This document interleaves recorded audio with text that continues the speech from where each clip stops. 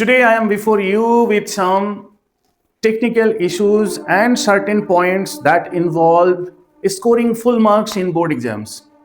Certain techniques, certain points you must have to keep in mind for scoring 100% marks. Your theory paper contains 80 marks ना, and 80 out of 80 score करना इतना भी tough नहीं है कि आप नहीं कर सकते हो. बोर्ड में 98 पाना या 100 पाना बहुत ज़्यादा मुश्किल काम नहीं है. 20 मार्क्स तो मान लीजिए आपका इंटरनल स्कूल वाला दे ही देते हैं, और 80 मार्क्स थियरी पेपर को सॉल्व करने के लिए what are the things you must do while you are answering. And इस तरह बेटा 5 पॉइंट्स हम बताएंगे कैसे आंसर प्रेजेंट करोगे, कैसे प्रिपेयर करोगे. All these things I will discuss step by step. First, जब भी देखो एग्जामिनर आपका कॉपी उठाते हैं, कॉपी उठा करके जैसे टेबल पे रखते हैं, तो आपका कॉपी देख के एक आपके साथ एक बॉन्ड बन जाती है. फिर the teachers make a good relations. अगर आपके कॉपी का first page second page turn करते करते अगर उनको गुड इंप्रेशन क्रिएट होती है ना, तो दैट मीन्स टीचर्स का पेन जो है, रेड पेन जो है, ऑटोमेटिक मूव करने लगता है for scoring almost full marks. What are the things in your answers which makes teachers are very much impressed with. First point, put question number in margin. ठीक है, put space line after one answer. चाहे छोटा एक line का भी क्यों answer ना हो, उसके बाद एक लाइन आप स्पेस लाइन छोड़ दो. इसके पीछे रीजन है. रीजन ये है कि that means when teacher award marks, ये जो बाइफार्केशन वाली मार्क्स होती है ना, वो आपका राइट हैंड साइड में होती है, और ये जो मार्जिन लाइन है, सपोज दैट ये जो स्पेस मैंने मेंटेन कर रखा है, ठीक है, तो यही स्पेस आपको मेंटेन करनी है. दैट मीन्स वहां पे जो टोटल मार्किंग करनी होती है बेटा, तो that means just after question mark, just after question mark, question in the margin line, और क्वेश्चन मार्क के बाद तुरंत यहाँ पे उनको जो है एनसर्कल करना होता है. तो ये जो मार्क अवार्ड करने के लिए उनको स्पेस चाहिए होता है. अगर आप स्पेस नहीं देते हो तो टीचर बहुत इरिटेट होते हैं, एग्जामिनर बहुत इरिटेट होते हैं. ट्राई टू पुट की words in the first line. Her answer का कुछ की वर्ड्स होता है, ठीक है, तो वो वैल्यू वर्ड्स, वैल्यू पॉइंट्स या की वर्ड्स को आप ट्राई करो कि लाइन की बिगिनिंग लाइन में मिल जाए.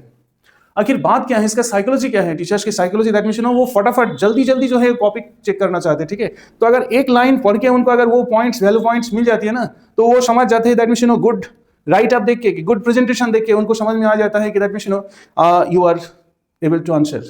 वो आगे भागता है. फिर now value points, that is correct points और आइडियाज. वैल्यू पॉइंट्स बोले तो जैसे कि हम लोग बार बार चिल्लाते हैं, वैल्यू पॉइंट्स क्या है, करेक्ट आइडियाज और टू द पॉइंट. तो वो पॉइंट्स को that should be eye catching one. चाहे तो आप उस पॉइंट को आप हाईलाइट कर दो, या फिर उस पॉइंट को आप थोड़ा सा सामने रखने की कोशिश करो. May highlight value points if any, ठीक है.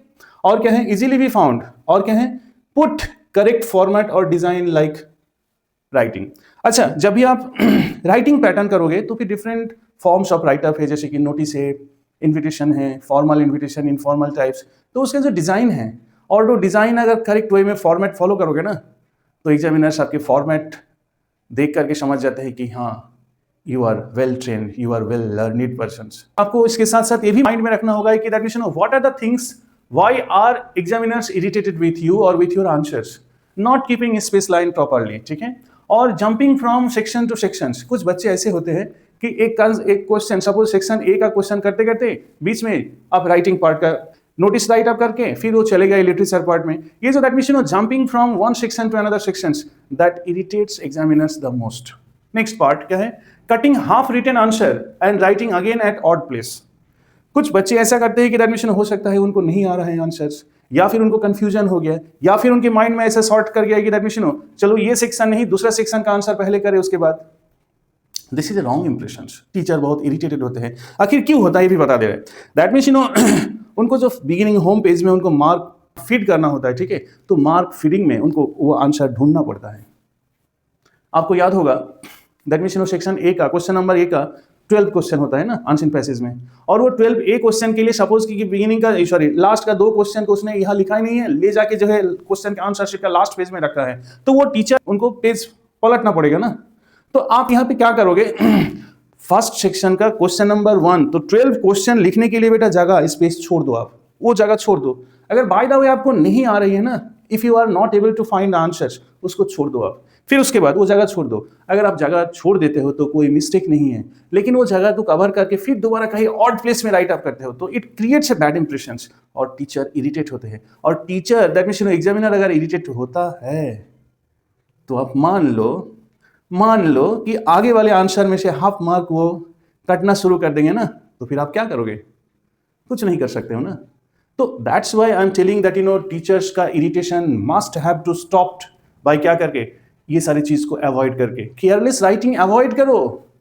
भले आपका राइटिंग मान लो हैंड राइटिंग बहुत अच्छा नहीं है, इंप्रेसिव नहीं है, इसका मतलब ये नहीं कि आप केयरलेसली सपोज एक गोला करना होता है, हल्का सा गोला करो ऐसे और आप गोला करते हो ऐसे, तो ये जो केयरलेस वे में आप प्रेजेंट कर रहे हो, दैट मींस फॉर्मेलिटी निभा रहे हो कि राइट आप किसी तरह आपको आंसर प्रेजेंट करना है ना। Answer, I am telling you, being an English teacher, I am telling you that answer करना एक आर्ट है।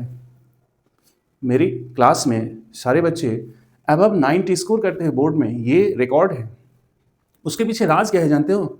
ये जो राज है that means section wise answer करते हैं, और फिर सेक्शन वाइज आंसर करते करते जो राइटिंग का जो डिजाइन है, फॉर्मेट है, फिर लिटरेचर पार्ट में जाके डिफरेंट लाइन छोड़ते हैं, स्पेस लाइन छोड़ते हैं, मार्जिन लाइन छोड़ते हैं।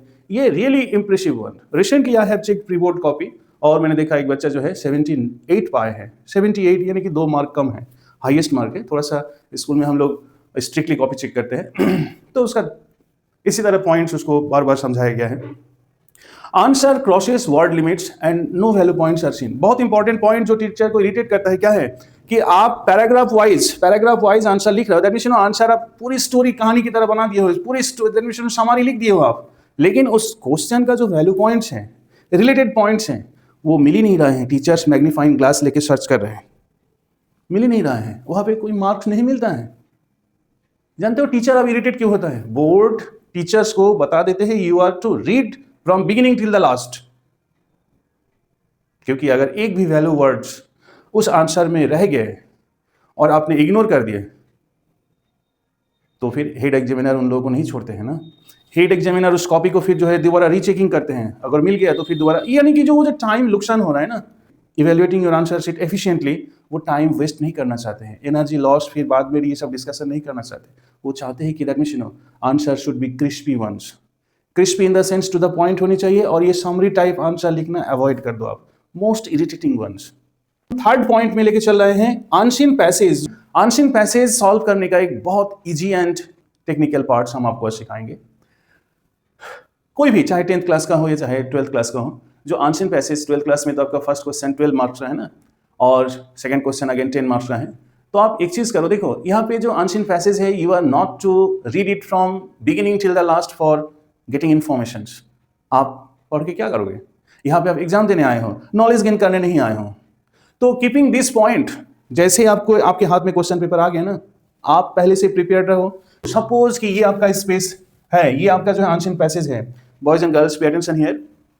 आपने यहाँ से क्वेश्चन उठाया, ये क्वेश्चन का ये है। आप पेन लेके एडमिशन हो, ये हॉरिजॉन्टली मत जाओ, आप वर्टिकली पेन लेके ऐसे नीचे आ जाओ। फिर that means you search your answers this way, that means this is vertical, that means scroll your eyes not line wise, horizontally नहीं जाना, आप वर्टिकली आ जाओ। क्यों जानते हो? यहाँ पे एग्जामिनर्स चेक करते हैं whether you have a small ability, just a small ability to find out answers. Examiners do not check your literary test caliber, nor they are checking your grammar test here. So आप question उठाओ, just उस line को fit कर दो। एक pencil ले लो बेटा, boys and girls, एक पेंसिल ले जाओ और पेंसिल ले जाके जो है उस क्वेश्चन नंबर पर सिर्फ मार्क करते जाओ आप, क्योंकि अब ये जो 15 मिनट का जो रीडिंग टाइम होता है, इसमें teachers will not allow you, तो उसको मार्क करो फटाफट। और इतना आपको अलर्ट रहना होगा, कोशिश करो आप 5 to 7 मिनट्स के अंदर आपको जो है वो सारे पॉइंट्स मिल जाए। अच्छा, बाय द वे किसी क्वेश्चन का आंसर आपको नहीं मिल रहा है ना, छोड़ दो, ड्रॉप कर दो। Go back to that next passage. I am honestly speaking, this is my experimental truth with my students. In this 15 minutes of reading time, both the passages can be solved. आप इस चीज को follow करो, एक दो बार practice करो आप। Now next part है आपका राइटिंग। राइटिंग पार्ट देखो, सबसे इजीएस्ट पार्ट है अनसीन पैसेज। अनसीन पैसेज में ना ग्रामर चेक, ना लिटरेरी टेस्ट, ओनली आपका एबिलिटी देखते हैं वेदर यू आर एबल और not. Neat and tidy present करो, देयर इज नो झंझट। एग्जामिनर्स बोर्ड यही सोचते हैं कि अगर बच्चा लिटरेचर में स्कोर नहीं कर पाया, राइटिंग में स्कोर नहीं कर पाया, उसका देखो अनसीन पैसेज में कैसा है। अनसीन पैसेज होता है बच्चों को पास कराने के लिए लीनियंट वे में। राइटिंग में जो आपका नोटिस है, इन्विटेशन है, लेटर है, रिपोर्ट है और आर्टिकल है, इसका देखो सारे राइटिंग का फॉर्मेट आप करेक्ट वे में पिकअप कर लो। जब तक आप राइटिंग का ये सारे फॉर्म्स का फॉर्मेट पिकअप नहीं करोगे ना, तो देखो फॉर्मेट में मार्क्स हैं। फॉर्मेट में मार्क्स तभी वैलिड है जब आप उसके अंदर आइडिया दे रहे हो। अगर आइडिया फिट नहीं करोगे तो फिर फॉर्मेट में भी मार्क्स नहीं मिलेगा। आखिर आपको स्कोर करनी है कितना, वही 95 एंड मोर। तो इसका proper format you are to keep in mind. Now writing part में देखो maximum that means full marks score होती है, और इसके लिए जो है मैंने वन शॉट ऑल राइटिंग्स दे रखा हूं ना, वो सॉलिड फॉर्मेट है, आप उसको फॉलो करो, वन टाइम फॉलो करो and then there is no need. और एक चीज में लास्ट में, राइटिंग में जो आपका चाहे एडिटोरियल लेटर के क्या टॉपिक आ सकते हैं या फिर आर्टिकल का क्या टॉपिक आ सकते हैं, टॉपिक रिलेटेड कुछ जो है इंपॉर्टेंट टॉपिक पहले से एक दो बार आप न्यूज़पेपर से या मैगजीन से कहीं से बेटा उठा के प्रिपेयर कर लो। कैसे, जैसे ऑपरेशन सिंदूर एक इंपॉर्टेंट इश्यूज रिसेंटली हैपेंड, तो हो सकता है इस पे जो है कुछ, या फिर एंशिएंट पैसेज के लिए ये सारे कॉमन टॉपिक्स है, इस पे फोकस कर लो, एक बार पहले एक दो बार रीड कर लो, इंफॉर्मेशन क्लियर रहेगी फिर, ठीक है। और वीमेन वर्ल्ड कप 2025, ठीक है, और फिर महाकुंभ मेला, सुनीता विलियम्स स्पेस, और फिर आर्टिफिशियल इंटेलिजेंस, इस टाइप का कुछ रिसेंट हैपनिंग्स टॉपिक के ऊपर आप प्रिपेयर कर लो, राइटिंग आपका क्लियर हो जाएगी। फिर लास्ट पॉइंट है, मोस्ट इंपॉर्टेंट पार्ट है, 40 नंबर्स का है, लिटरेचर पार्ट। लिटरेचर पार्ट को प्रिपेयर करने के लिए माय डियर कोई शॉर्टकट पाथ है ही नहीं, इस पे तो आपको रीड करनी है। इस पे आपकी दो बुक है ना, फ्लेमिंगो एंड विस्टस। अच्छा, फ्लेमिंगो से कितनी क्वेश्चन आती है पता है आपको, 27 मार्क्स, और फिर हम आपको दिखा देते हैं 27 प्लस 13 मार्क्स, ठीक है। दो एक्सट्रैक्ट, वन पोएम से देखो कैसे होती है, 6 marks extract plus 6 marks extract, prose से 6 मार्क एक्सट्रैक्ट, पोएम से 6 mark extract, and now 5 into 2 equal to 10 marks, short question, ठीक है। और एक क्वेश्चन होता है आपका 5 into 1 इक्वल टू 5, तो 5 5 जर कितना हो गया, ये 5 15 मार्क्स हो गया, 15 मार्क्स और 12 मार्क्स, 15 और 12 मार्क्स कितना हो गया, 27। आ जाओ। तो ये एक्सट्रैक्ट जो 6 मार्क्स का जो एक्सट्रैक्ट आ रहे हैं आजकल, तो इसके लिए आप क्या करोगे, रीड तो करना है किस पोएम से ये लाइन आ रही है, और फिर सारे स्टोरीज को जब तक आप स्टोरी नहीं पढ़ोगे तब तक। अच्छा, अभी भी 2 महीना टाइम है, exact 2 months time is there ना, तो आप ऐसा करो कि हर रोज सोने से पहले एक बार स्टोरी को जो है एक बार रीड करो, टेक्सचुअल, कम से कम मिनिमम कुछ भी ना हो तो भी 1 टाइम रीडिंग तो होनी चाहिए before your exams, okay, before your exams 1 time reading होनी चाहिए। और देखो, in one short video I have given all the short summary of it and I have made it so you will go through that for preparations, मजा आ जाएगा, कोई tension की बात ही नहीं है। आ जाओ, यहाँ पे एक्सट्रैक्ट करने के लिए आपको मेन रीडिंग करनी है चैप्टर्स को, शॉर्ट क्वेश्चन तो मान लो हो जाएगा फिर, ठीक है। और फिर इधर भी एक 4 मार्क का एक्सट्रैक्ट होती है, और फिर 4 मार्क्स का जो है आपका बनता है 2 into 2 मार्क का क्वेश्चन है, और फिर एक 5 मार्क्स का बेटा 5 मार्क का लॉन्ग क्वेश्चन। तो आई am telling it, this 5 mark question जो है, चाहे विस्टस से या फिर आप फ्लेमिंगो से ले लो, तो ये 5 मार्क क्वेश्चन आजकल आ रहा है, कंबाइंड क्वेश्चन बन रहा है। Question are framed from 2 chapters और 3 चैप्टर्स, तो फिर आप क्या करोगे, तो आपको लिटरेचर पार्ट थॉरोली स्टडी करना मस्ट है।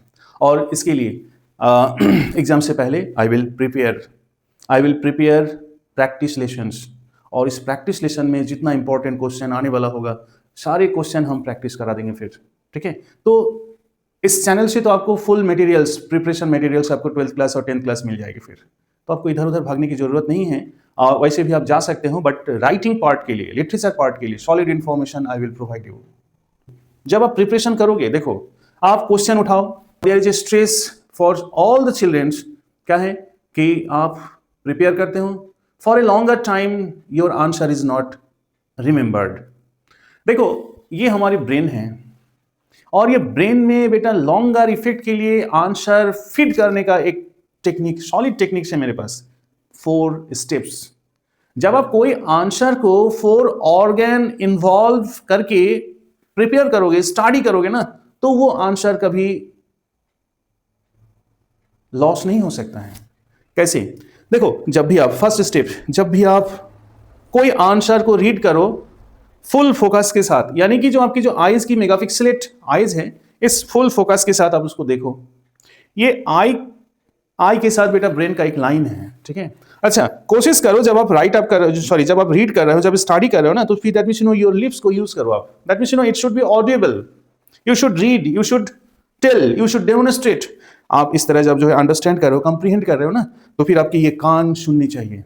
ये कान की भी पैसेज जाके बेटा मिल जाती है कहाँ पे? ब्रेन में। अच्छा, हो गया।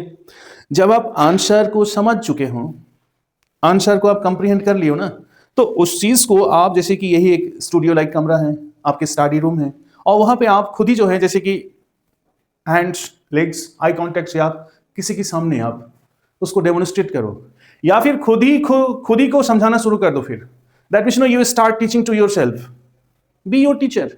ये लिप्स भी चलनी चाहिए फिर। And then finally you note it down.